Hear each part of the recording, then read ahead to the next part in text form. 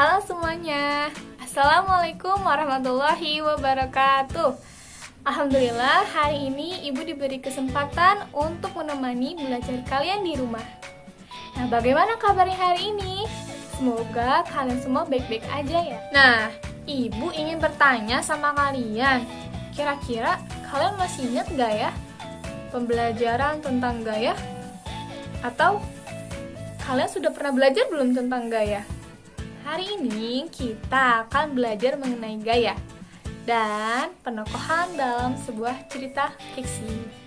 Sebelum kita mulai belajar, Ibu akan memberitahukan tujuan pembelajaran kita hari ini.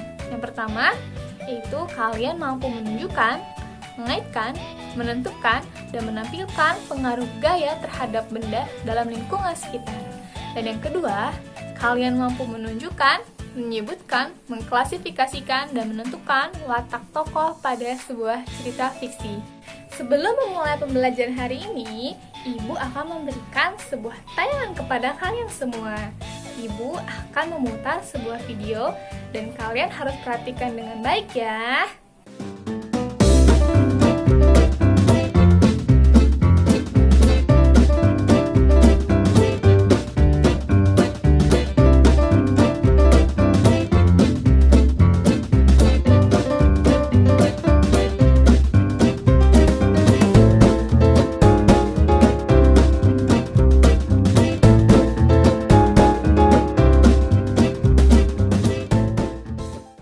Nah, kalian sudah melihat tayangan tersebut kan? Menurut kalian, apa sih isi dari video itu?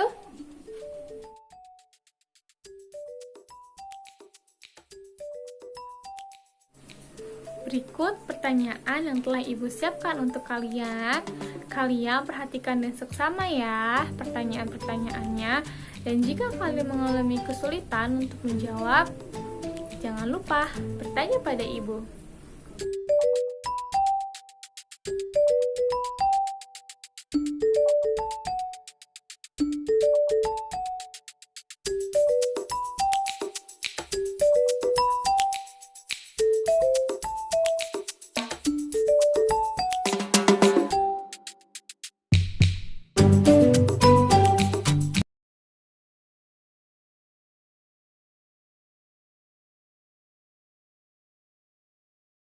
Boleh meminta bantuan terhadap ibu, ayah, nenek, kakek, adik, kakak, atau keluarga yang ada di rumah dan teman-teman yang ada di rumah kalian.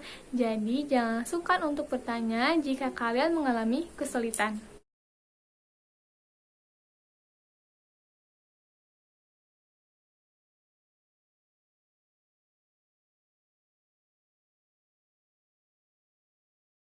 Terima kasih atas diskusinya. Sekarang, mari kita simpulkan bersama-sama mengenai kegiatan kita hari ini. Apa sih gaya itu? Dan apa sih pengaruh gaya terhadap gerak benda?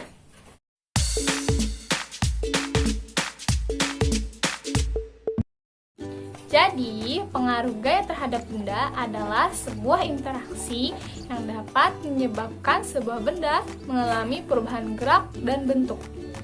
Macam-macam dari pengaruh gaya terhadap benda adalah 1.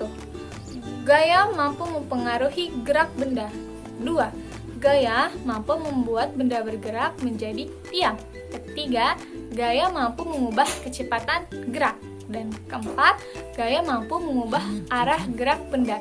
Dan yang terakhir, yang kelima, gaya mampu mengubah bentuk benda.